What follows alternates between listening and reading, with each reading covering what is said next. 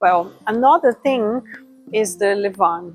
If we are talking about sourdough, about bread, if you use integral flours like chickpeas and things like that, that are more savory, that have a strong taste, this taste is going to be added to your preparation. I hope it's clear. Second thing is, this is a rule when working with sourdough. If your starter is not raising, it's not strong enough, it's not raising, your bread, your pizza, your cake, because you can also bake cakes with that, it's not going to raise as well. This is a rule you always have to understand. If the starter is not working, it's not going to work inside your preparation as well. Well, let's go.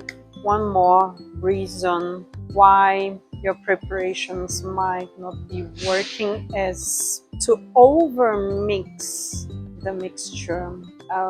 I can give some examples. For example, you mix eggs and then you bring air into it and you don't have a raising agent. This aeration you created with eggs and sugar, eggs and butter, sugar and butter. This is what will make the cake raise. You created this aeration. When you add your dry ingredients and you overmix and you lose this aeration you created, of course, this is going to be one of the reasons your cake's not raising. Your batter will be very heavy and it's not going to look like you wanted this to do. I made the tests because I like to test. Even when you know in theory that something is like this or that, I like to test. And I took one of our best sellers, which is the Brazilian carrot cake, and I mixed the liquids, and then you mix together with the dry ingredients and you just whisk very, very carefully. I thought, so we are mixing, we blend the liquids, why we don't blend everything together? And it's just completely different, just don't work. And the taste, the texture, how it raises everything is completely different.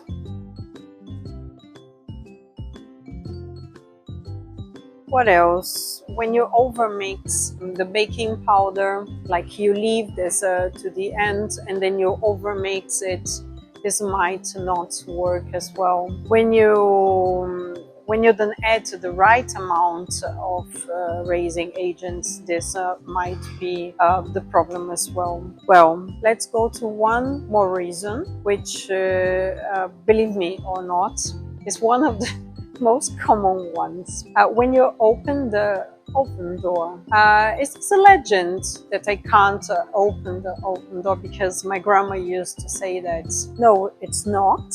is the truth. What happens is you should, if you have to wait like 30 minutes or 40 minutes, you should wait 30 or 40 minutes to open the oven door. But sometimes we look, the light is not very clear. We are not very used to the oven or to this preparation specifically, and we find ourselves very tempted to open the oven door. When can we do it? When at least 80% of the baking time is done. Never before, because when your cake is raising, it happens because of the heat. The heat helps the preparation to helps the chemical reactions to happen. And when the oven is very hot and these chemical reactions are happening, and you open the door and you drop the temperature, because this cold air that comes inside is going to drop the temperature. Sometimes the structure from your cake, from your sponge, for your preparation is not ready, is not hard, solid enough the bubbles are not created, still not created, and then you drop the temperature and you interrupt these chemical reactions, then might happen that your preparation wasn't ready, wasn't solid enough, and will collapse.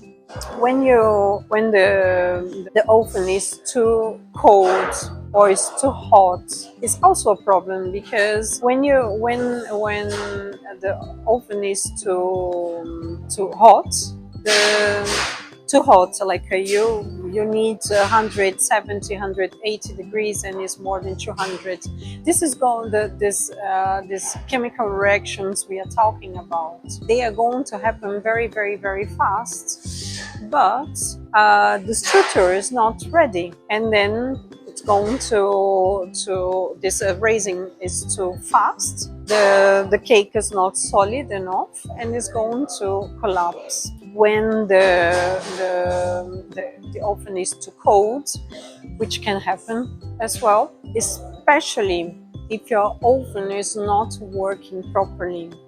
What I would recommend, even if you have a display in your oven, believe me, sometimes you can't trust what your oven display shows, and the temperature that's really inside the oven can be totally different.